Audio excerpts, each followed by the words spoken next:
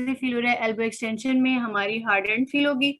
हर बच्चा अपनी elbow extension करके फील कर सकता है कि हमें हार्ड एंड फील होगी, और जो दूसरी साइड पिक्चर है उसमें हमें शो रहा है कि सॉफ्ट एंड फील। अब जब हम एल्बो फ्लेक्शन कर रहे हैं तो हमें जो फीलिंग आएगी वो सॉफ्ट एंड फील होगी। Next slide.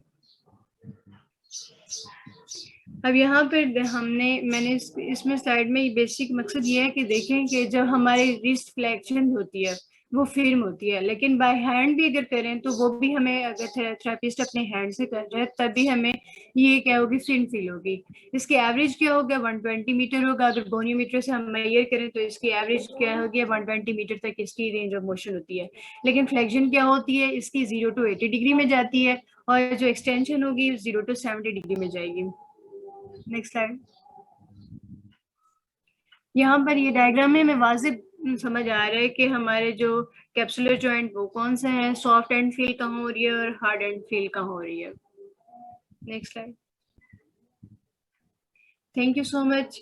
नाउ आगे कंटिन्यू मेरी क्लास फेलो मारिया करेंगे। Assalamu alaikum class. My name is Maria Shpi and today my topic of presentation is elasticity. So what is elasticity? The ability of a body to return to its original shape is called elasticity.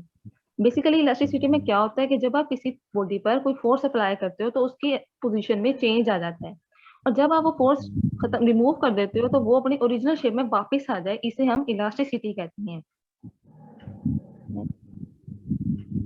अब हमारे पास example of elasticity क्या आ जाती है, इसमें हमारे पास springs, elastic and सॉर्बो rubbers आ जाते हैं जो हम फिजिकल थेरेपी में यूज भी करते हैं।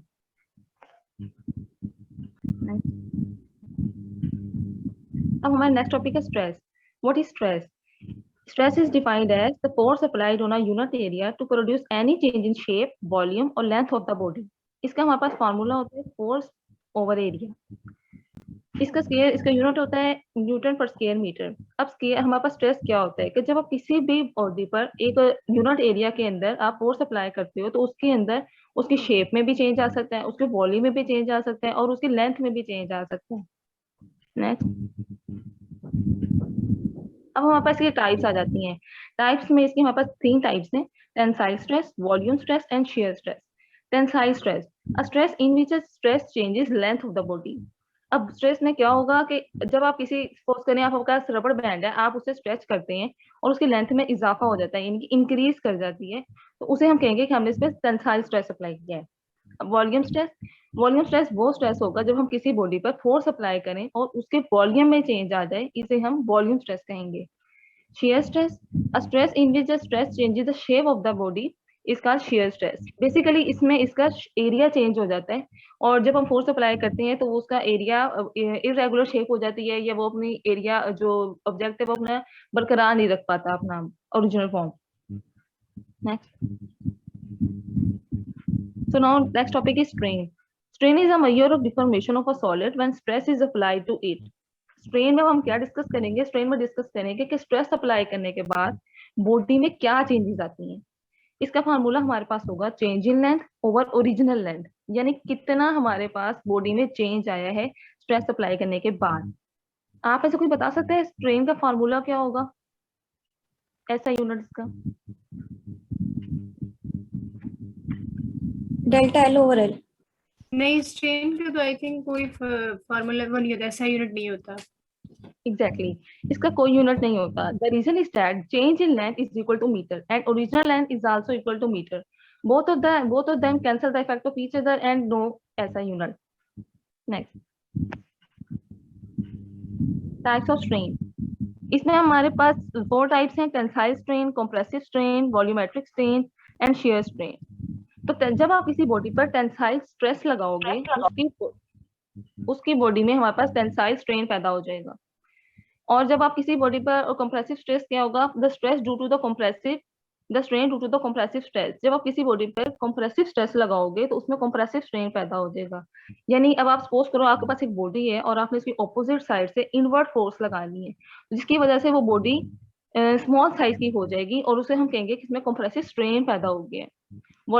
वॉल्यूमेट्रिक स्ट्रेन, इसमें the change in the volume per unit volume due to the applied stress.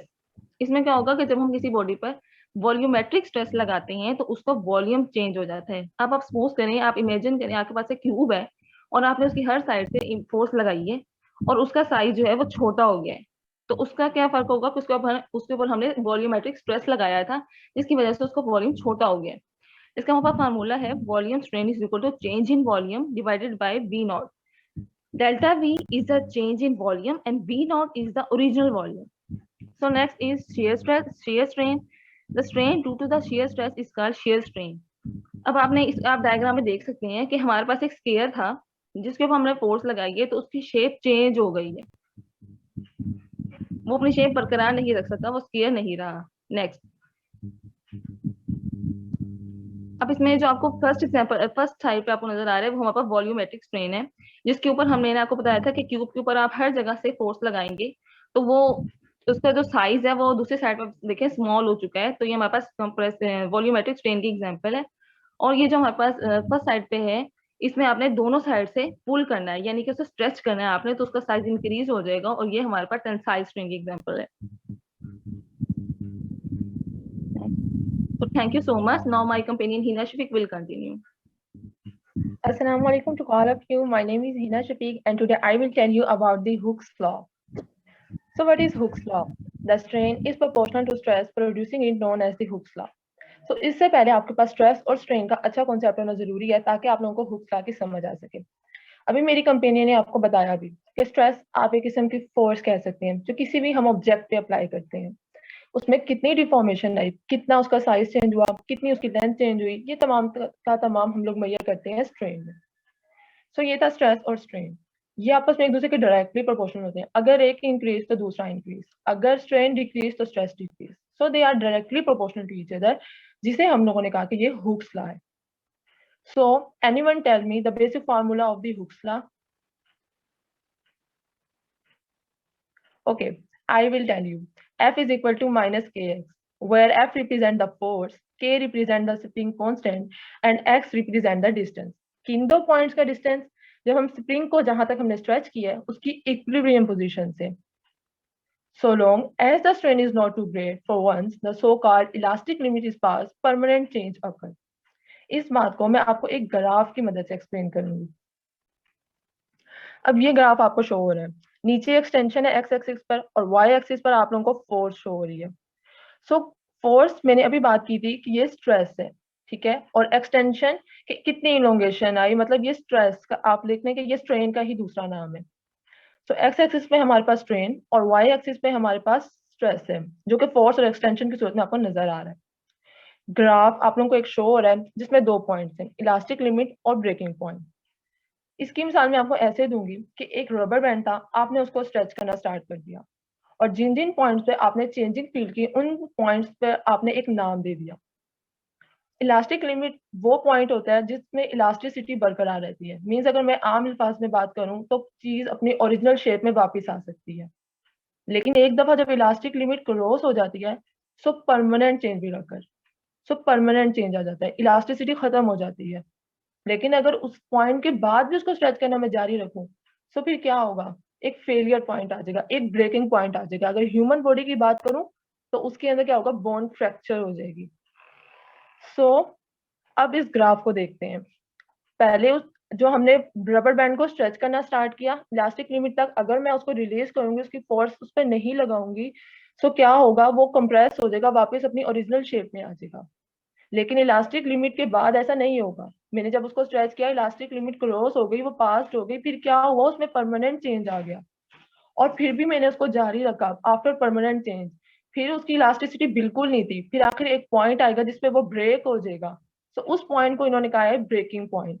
मैं इसे आपको मजीद एक्सप्लेन कर देती हूँ। अब इसके अंदर आप देखिए, रेड लाइन जो है आपको स्ट्रेस शो कर रही है, ठीक है, और जो आपको नीचे एक ब्लैंक लाइन शो हो रही है जिसपे एक ग्रीन कलर का डॉट है वो है स्ट्रेन।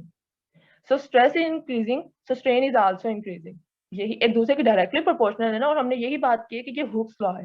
सो हमने रबर बैंड को स्ट्रेच करना स्टार्ट किया, स्ट्रेस भी बढ़ा, स्ट्रेन भी बढ़ा, फिर क्या हुआ, आखिरकार एक पॉइंट आया इलास्टिक लिमिट जिसे हमने क्रॉस कर दिया। अब क्या होगा, अब मैं अगर इसको रिलीज करूंगी, इस पे फोर्स लगाना बंद करूंगी, सो क्या होगा, ये अपनी ओरिजिनल शेप में वापस नहीं जाएगा, इसने इलास्टिक लिमिट को क्रॉस कर दिया।